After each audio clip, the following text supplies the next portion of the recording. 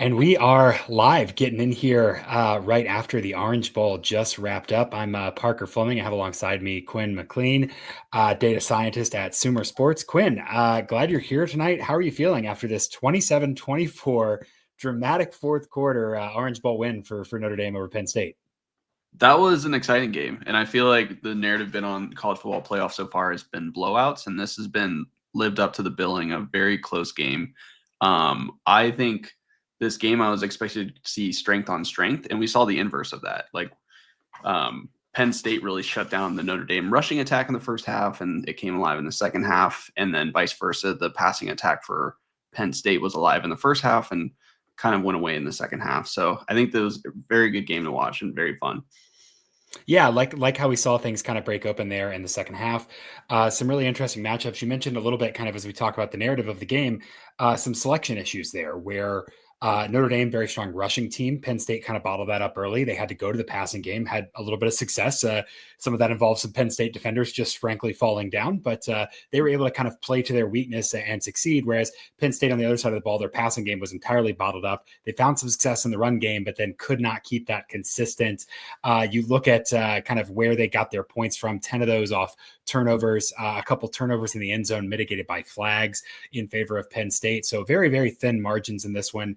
A great effort from both teams. I think, Quinn, the biggest thing that stood out before we kind of dive into the nitty gritty of the game was just that college football has become such a long season. The 16th game for Penn State, the 15th game for Notre Dame. We saw Notre Dame tackle go out. We saw Riley Leonard out for the second half there. Abdul Carter wearing a big old contraption on his shoulder for Penn State. Guys are banged up, and we're seeing kind of the effect of that in these games. It's become a slog to get through this tournament here at the end of the season.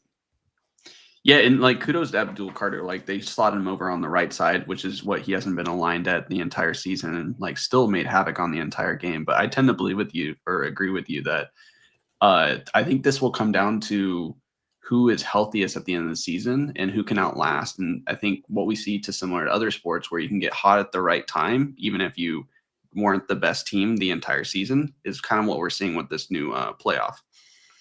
Yeah, absolutely. A little bit slow to start us off, Quinn, as we get into the games here. Felt like both teams were kind of poking and prodding. A couple punts and interception early for Notre Dame to no avail, and then both teams securing a field goal. Penn State getting the touchdown there at the end of the half as well. Going up 10-0, Riley Leonard gets hurt, goes out. The backup Angeli comes in. He's only had one meaningful snap basically this entire season. He comes in, slings the ball a little bit, almost loses it there with the turnover on the strip sack, but wasn't incomplete or was recovered by Notre Dame.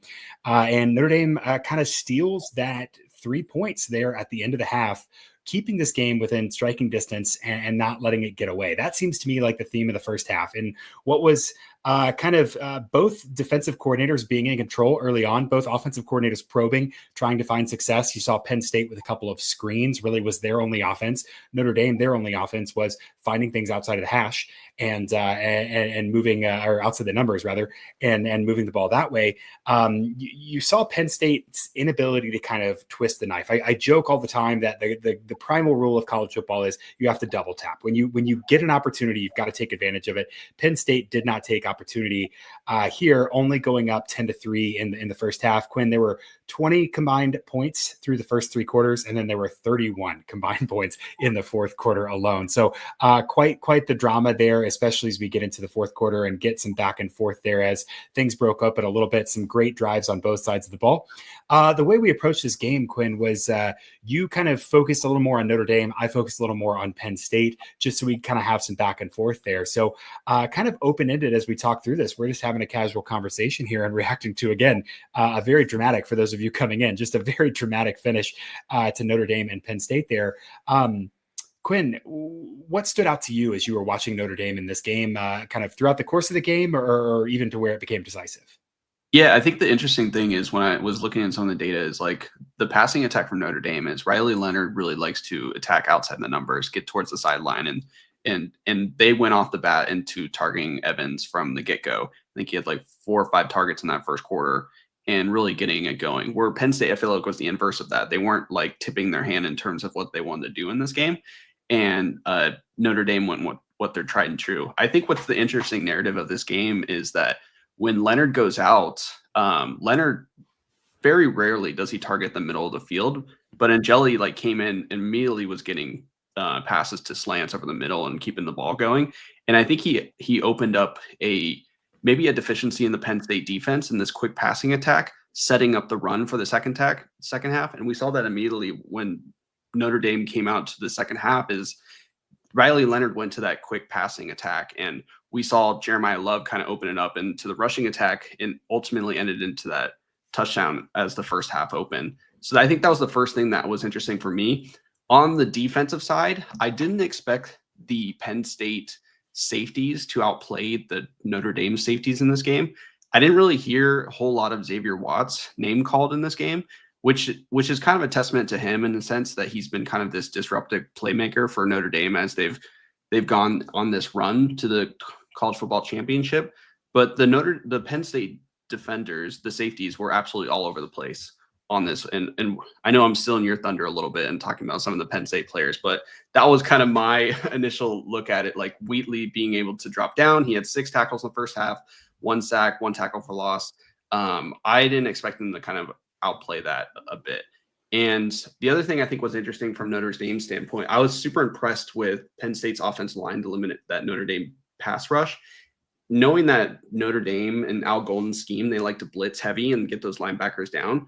The Penn State offensive line, I feel like, was doing a really good job in like picking up the blitz as the game went on. So those were, I think, more disappointments in Notre Dame's ability. And I feel like they did a good job in outlasting the game as it went on into where things that I thought were strengths for them that really got taken out of the game.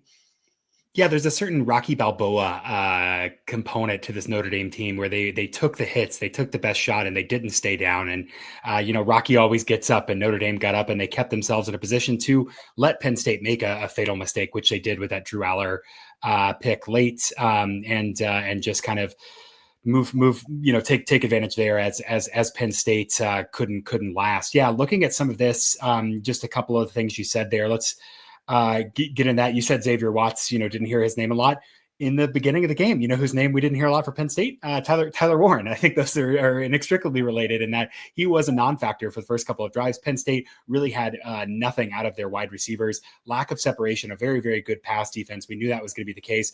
The only 2 passing explosives in the first half came on shallow screens, really, negating the strength of that Notre Dame defense kind of up front.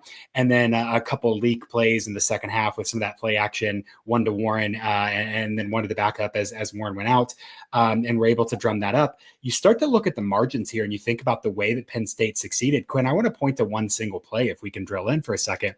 One of the questions that you and I talked about when we were going to break down this game beforehand was kind of Penn State and the trick plays. When do they come? When do they work? That 4th drive by Penn State in the first half, they started at their own 10. They marched down. They score a touchdown. Absolute work of art by Andy Kotelnicki, the offensive coordinator there.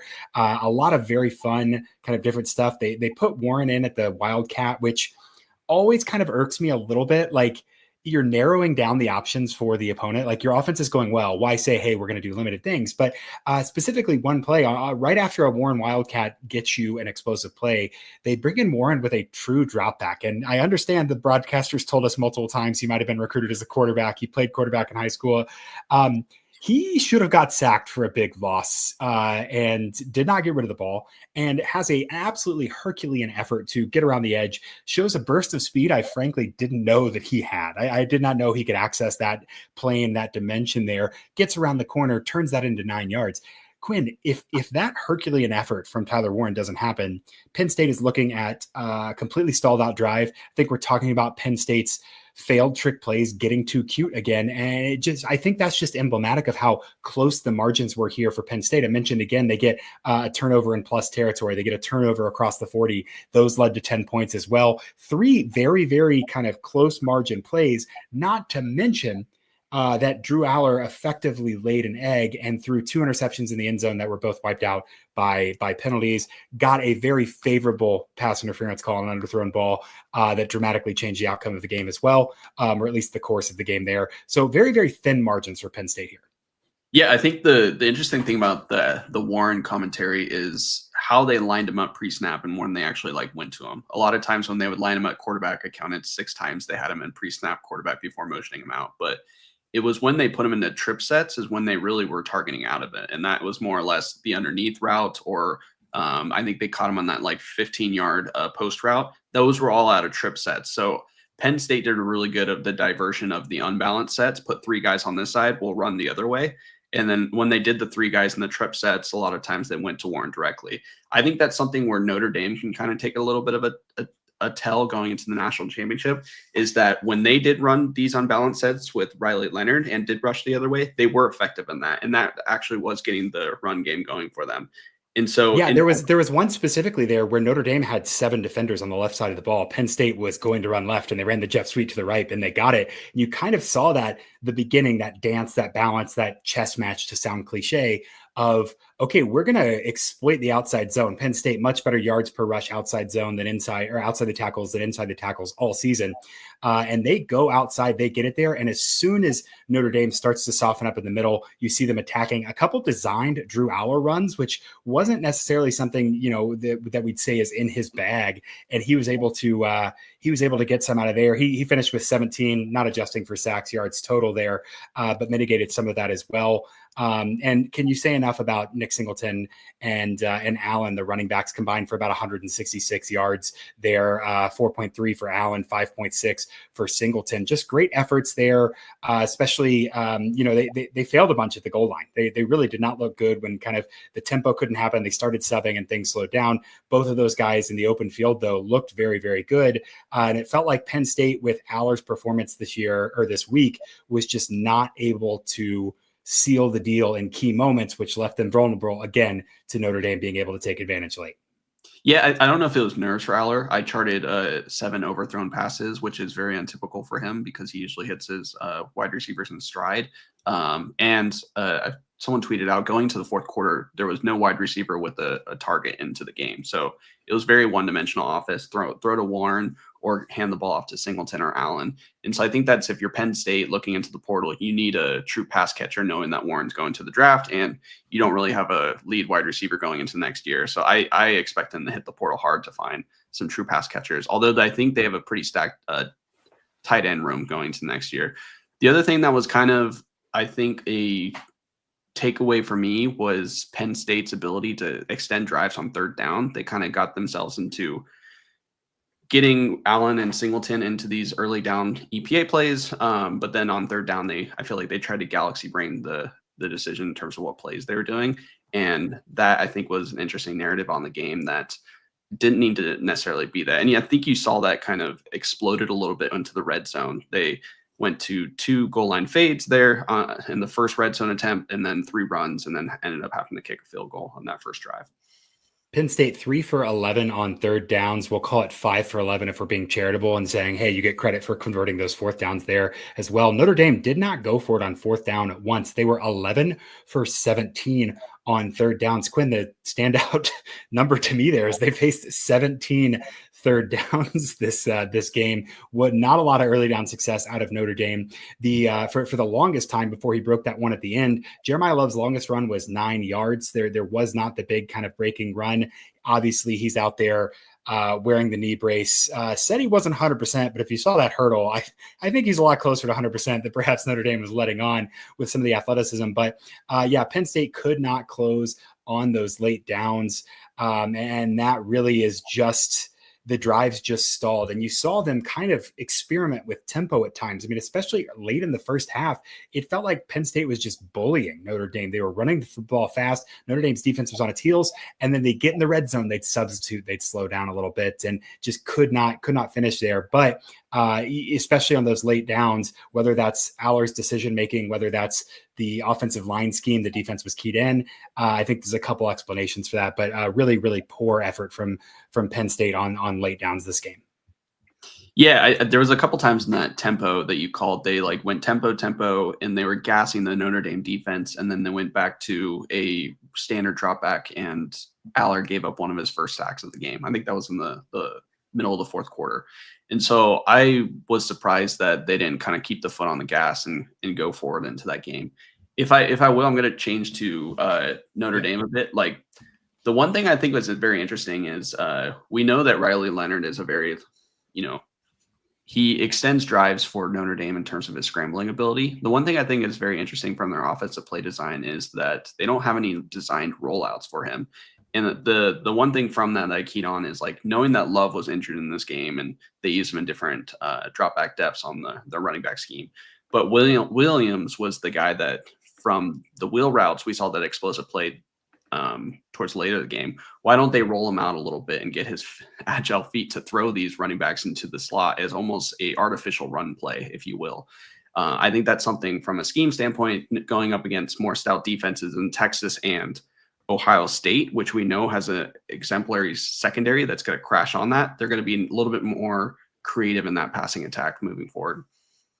Yeah, absolutely. And I do think there is a little bit. I mean, both of these teams did feel like they were kind of limping towards the end and struggling. Obviously, Texas had an emotional game last week. Ohio State getting out at the right time maybe seems a little bit inevitable at this point. A little bit worried if I'm Notre Dame just because Penn State had a very clear recipe early on to deal with Notre Dame's rushing offense, and that Abdul Carter was just all over the place. And some of that is great. Ohio State and Texas don't have Abdul Carter, but also this idea of, hey, we can just kind of spy. You saw Denny Sutton sneak back into coverage and steal an interception absolutely nowhere. Love him on the advanced metrics, by the way. Glad he got his moment in this game.